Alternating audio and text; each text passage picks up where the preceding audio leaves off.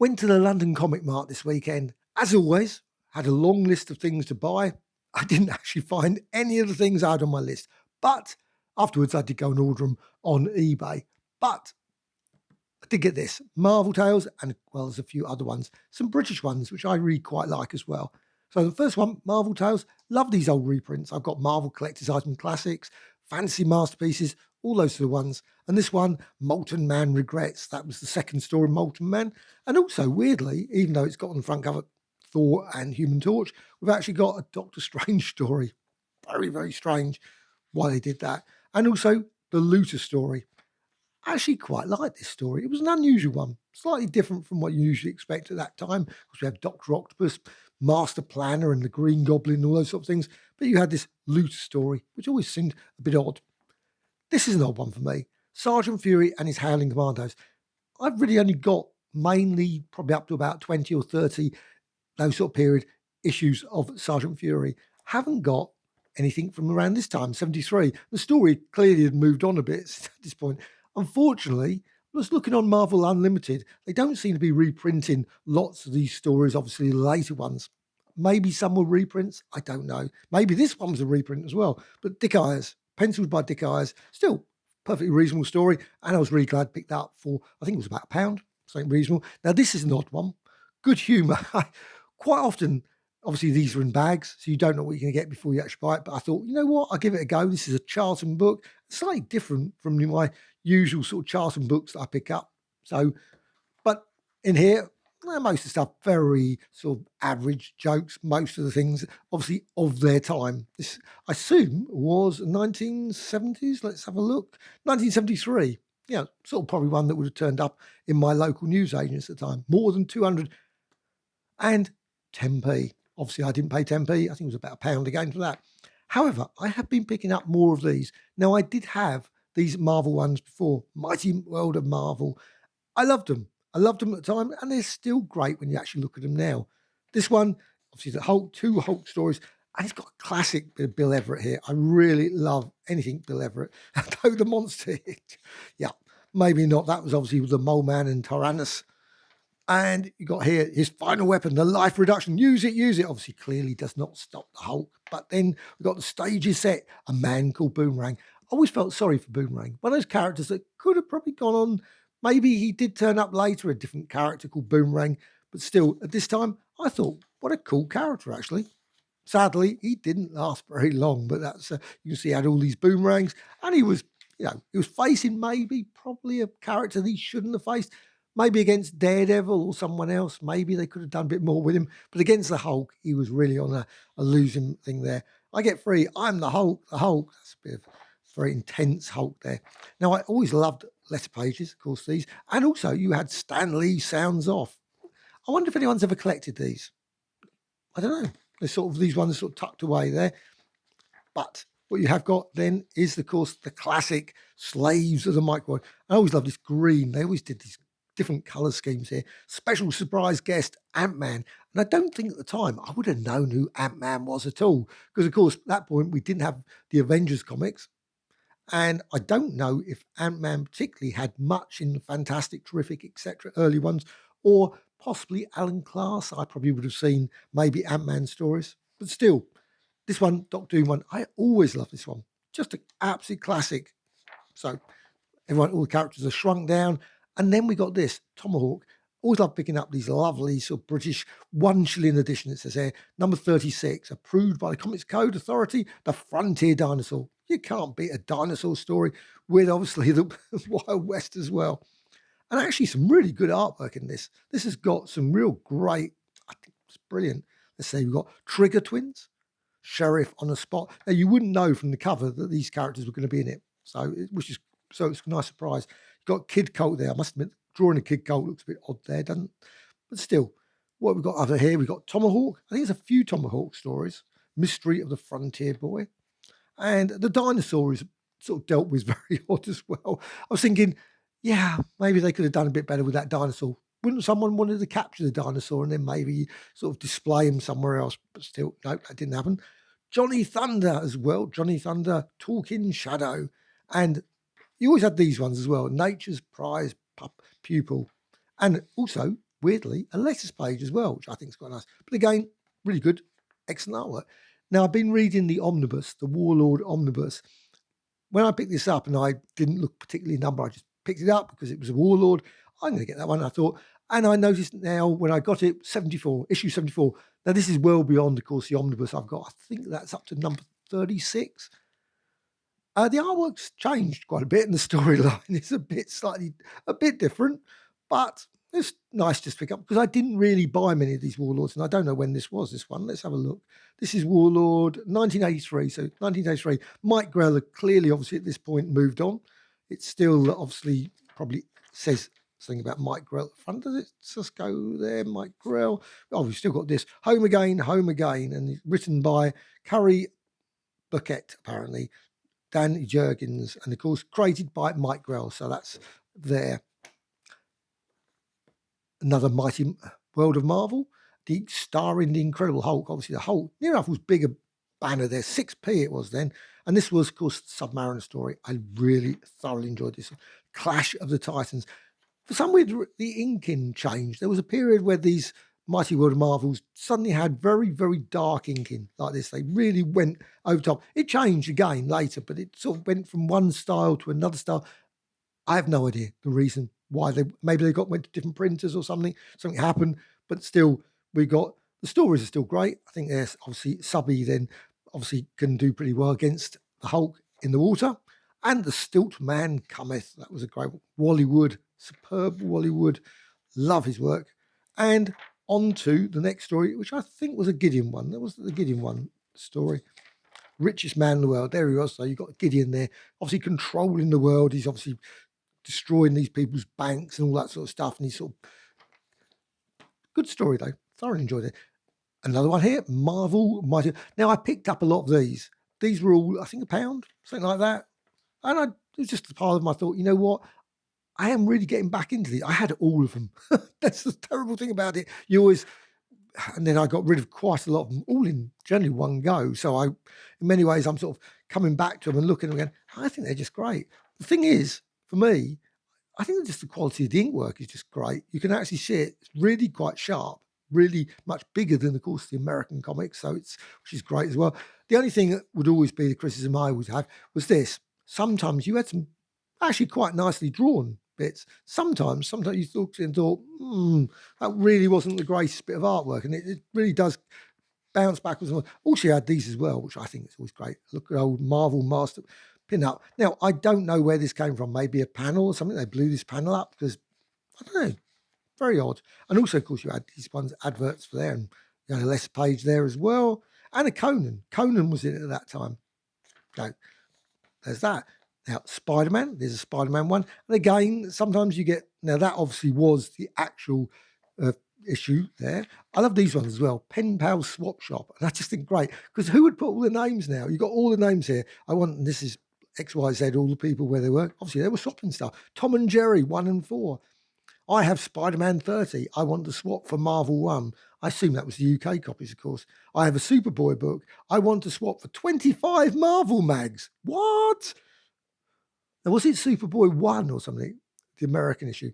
This one, I have 1C60 Phillips cassette. I want to swap for issue 1 of Mighty World of Marvel and Spider-Man Weekly. Wow. That's a very odd swap in there. I always wonder how successful some of these swaps were. I have Sgt Fury 71, 72, 73 and 80. I want to swap for Conan issues 27 and 30. God, that's very specific, isn't it? But maybe if a Sgt Fury read them and you want the Conan, who knows, whatever. Guess that's the case. Coming to the Avengers soon. I love that. Master of Kung Fu. And good old Iron Man story here. I was an unusual Iron Man one, going obviously to the centre of the earth. They're Queen of the Netherworld, as it says there.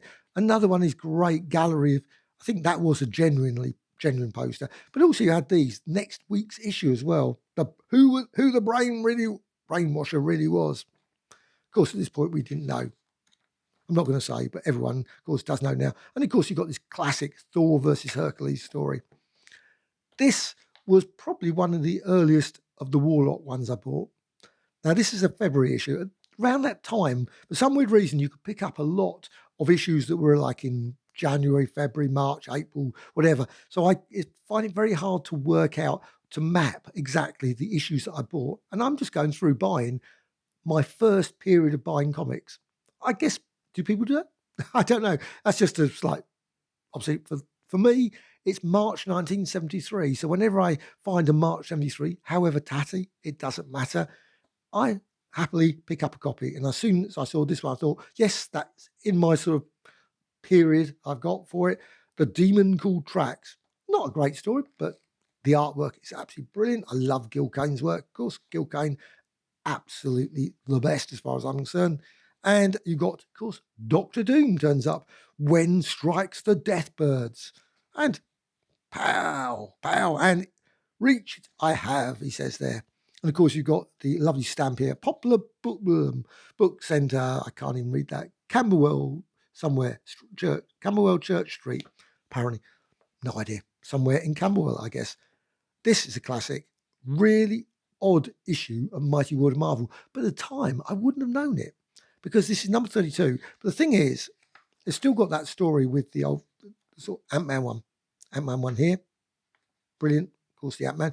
But the weird thing was, it included this. And as far as I'm aware, this is the only Strange Tales one Human Torch story that I ever saw in a UK comic. And I didn't know about them at the time. I wouldn't have known that this was from the Human Torch and the Thing. But it was the Strange Tales, another Mighty Marvel. I don't know why they did this, why they put this story in, just random story. Please let me know in the comments, do you know of any other times when they used a Strange Tales story for some odd reason? Also, of course, you've got this. I love this one, Foom. I did send away for that. Of course, some brilliant Bill Everett artwork again. Hercules there, and the Hulk. Plans of the Apes. And this one I did buy because, one, I love this. Loved, and I've got this one, of course, the Giant Superhero, 50p, giant size, 3.5 by 10. I mean, I love it, isn't it? Even give you the dimensions there. Another giant 100-pager. Now, this one has some interesting little stories in this. It's got the Kazar one from the Astounding Stories. And I love these ones. Now, of course, I've got them in the original colour, but it's still great to see this wonderful Barry Smith artwork. Also, of course, you had lots of pictures as well from the TV series and films, etc. And also we had this, which I absolutely love. And these should be reprinted. I do not know why Gulliver Jones has not been reprinted. What price? Victory. Hopefully, at some point, part of the Lost Worlds of Marvel, they will reprint all these great Gulliver Jones stories. Now, were they great? Well, maybe not. But still, I enjoyed them at the time, and it would be nice to actually have them in a full set. I don't know if they actually finished the series off. It just suddenly stopped. I think it was one of those ones that sort of went. Now, these ones I got for free, which I really like, and I enjoyed reading them back when I was coming home on the train. Good stories, actually. They were still good. Now, whether I'll keep them, I doubt it, but I did enjoy reading some of these ones, obviously, with Bucky Barnes there, and also, of course, got this story with Thor and all that sort of stuff. And these ones, I didn't buy these when these came out, and they were quite a few years ago now, weren't they? 2013, obviously 13 years ago. 3 new awesome adventures, and there was a pile of them. The guy said, you can take those for free. So I did. So I could have taken a lot more, I guess, but they were thoroughly enjoyable reading on the train back. This one here, of course, a lovely bit of Wallywood, and also Ditko as well, Stalker. Now, not the world's greatest of stories, particularly. It's fine, but it's got, of course, 2 of my favourites, so can't go far wrong there, can you? Great little yarn here, so you can see here quickly, bit of brilliant Wallywood as well as Ditko art. You can tell as soon as you look at it, you think, yes, that style comes through. So this one, a Demon Death. Now, this is an odd one. This is actually was included in the Omnibus collection. I've done a review of this. I could probably put a bit about it, re-edit that and put that up. But this one was a bit of an unusual period. I didn't realise when I picked it up. I just picked it up randomly. It was one of those ones I thought, oh, a Warlord one, number 12. The trilogy one was sort of not my favourite stories in the book. It was going really great guns, and then suddenly it changed. Just for a couple of stories, just suddenly was not as particularly rewarding. But still, you got this one here, Superman, of course, the good old adverts. Now, I don't know why they've never done a collection of those. There must be lots of these, of course. Well, they're Twinkie ones, weren't there? Or something.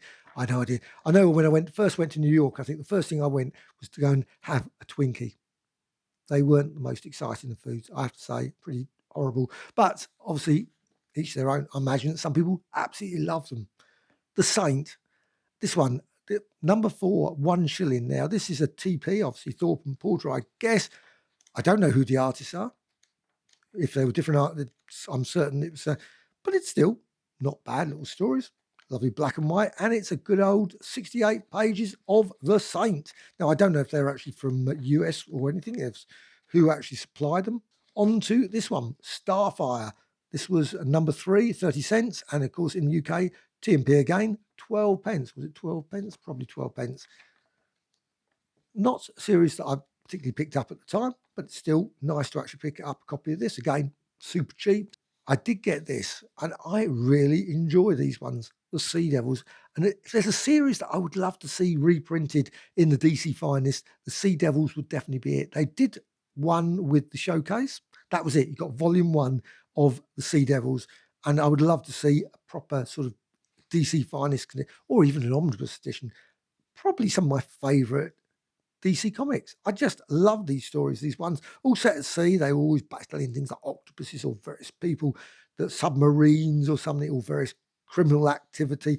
They had obviously something they had to do in this thing to get into a club. 4 Mysteries of the Sea, and I'm not going to spoil it, what happens. Unfortunately, this copy is a bit of a tatty one, but the deep sea divers startle Neptune. Even Neptune turns up in this story as well. And this was from 1963. Always felt Sea Devils was the basic core of the Fantastic Four. That's just for me. I don't think anyone else thinks that, but for me, I always felt that the 4 characters in there just reminded me so much of the core characters in the Fantastic Four. But that's the Sea Devils.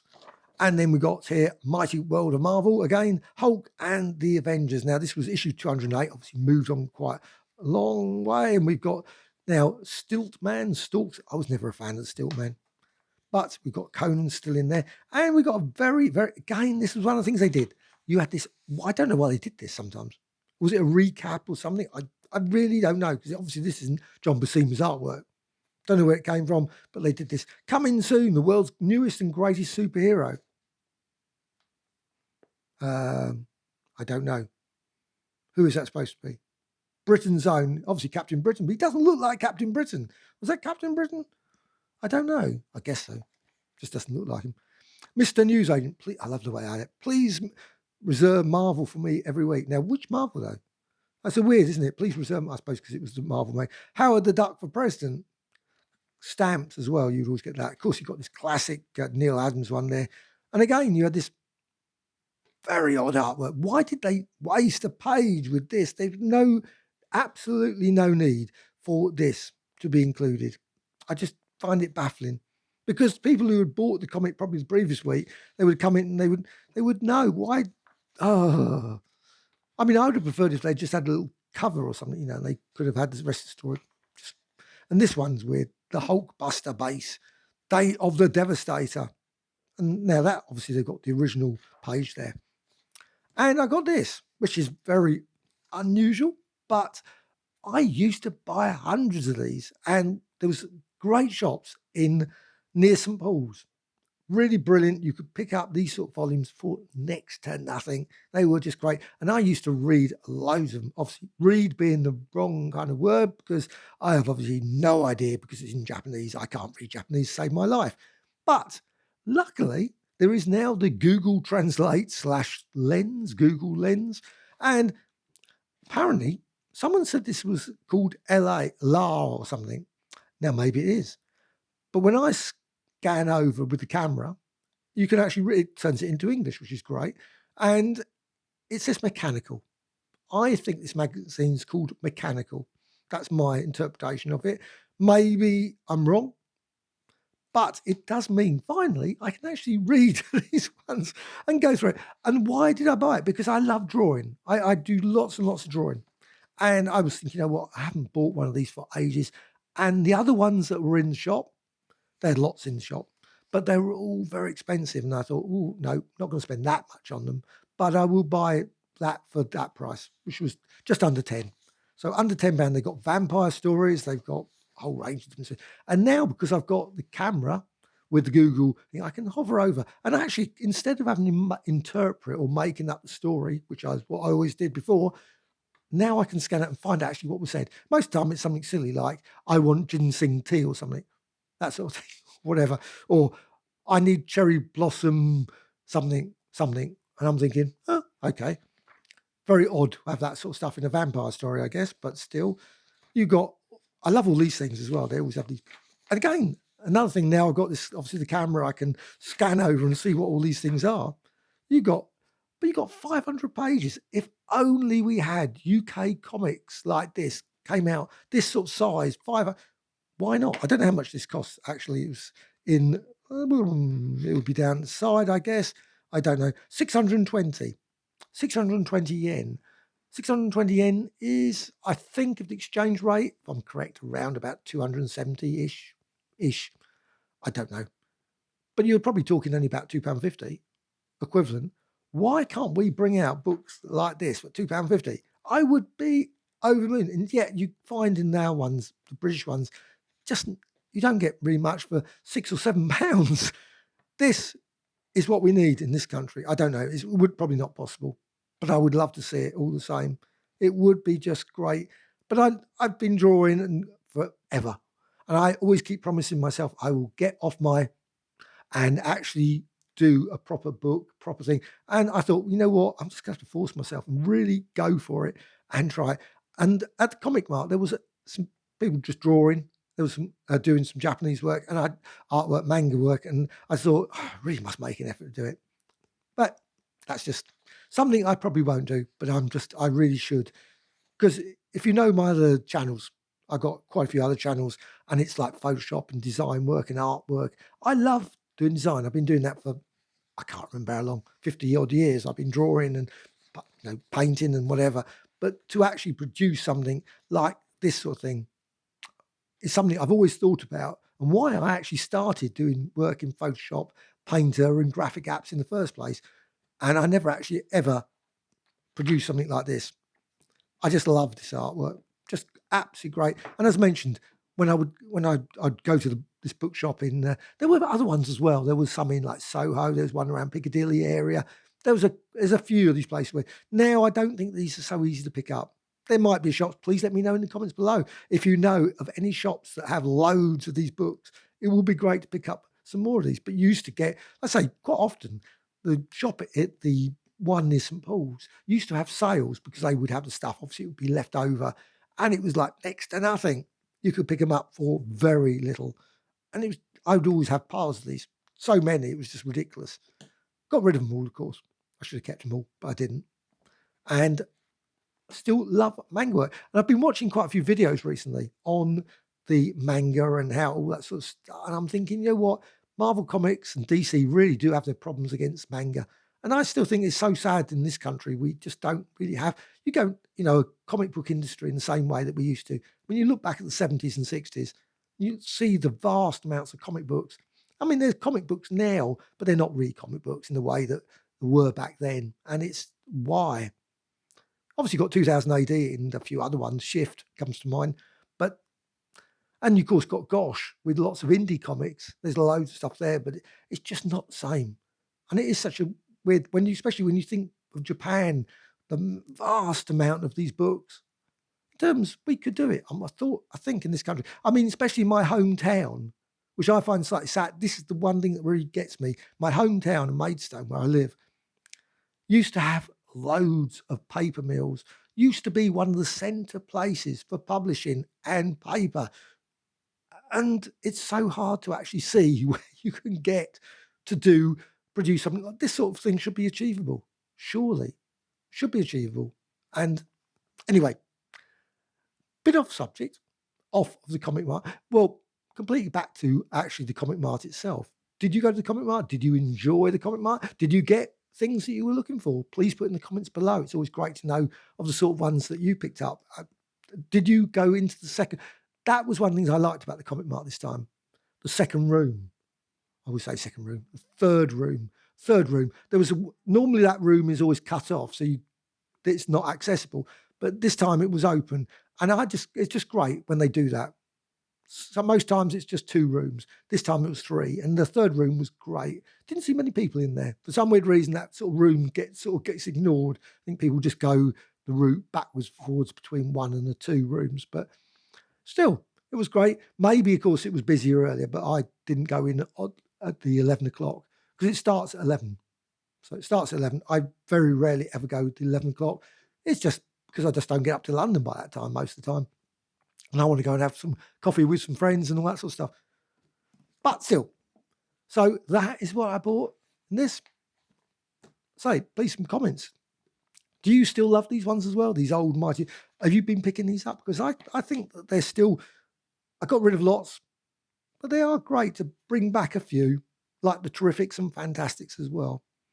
Just going through those and reminding myself of actually they were really quite good. Actually, I hope you found this of interest. Thoughts, questions, always great to hear from you. Bye.